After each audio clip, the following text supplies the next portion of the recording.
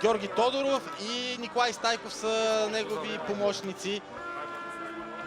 Четвърти съдия е Веселин Добриянов, а допълнителният асистент съдии са Георги. Обаче, сега сяда на резервната скамейка и ще може да бъде използван от Иван Колев. О, какъв изстрел тук и града! Прекрасна възможност за Славия. Ивайло Димитров като че ли нанесе този изстрел. Много близо бе до петото си попадение в А Групов да реагира. Ето къде пое топката Ивайло Димитров. И прекрасния изстрел. Последните два пъти, когато Славия гостуваше на този стадион, тимът си тръгна с всичките точки, а сега може да направи много важна крачка към трета последователна победа! 1-0 за Славия! Прекрасно попадение на Антон Карачанаков. Страхотен индивидуален рейд на крилото на Славия и на капитана на Монтана. Тази среща започва повече от обещаващо. Много лесно първо топката премина зад Христофор Хубчев. След това и Иван Михов по никакъв начин не опонира на Антон. Изглежда доволен да бъде добре организиран в защита и когато отнеме топката, както в случая, веднага да се впуска в контратака. Това изглежда много опасно. Няма засада тук. Възможност за Семерджиев. Ще бъде ли това втори гол? Да! 2-0 за Славия.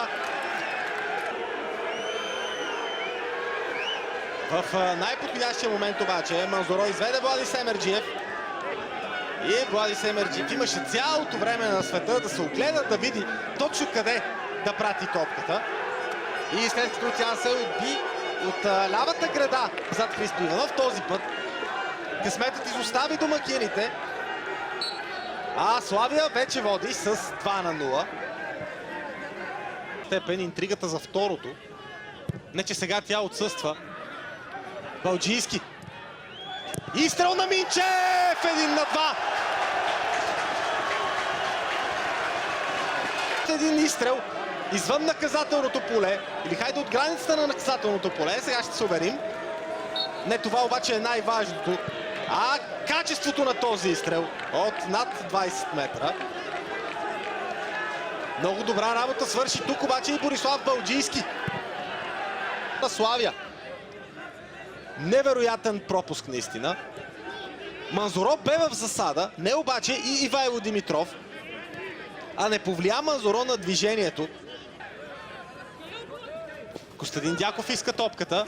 Карачанаков играе сам. Сега Дяков получи. Отново Карачанаков. Шанс за трето попадение. Този път блестящо спасяване на Христо Иванов. Чудесно разиграха. Балджийски. Центриране на Балджийски. Минчев. Центриране и на Минчев. Шанс за втори гол и попадението няма да бъде зачетено. Генчев прати топката във вратата. Сега ще видим още веднъж.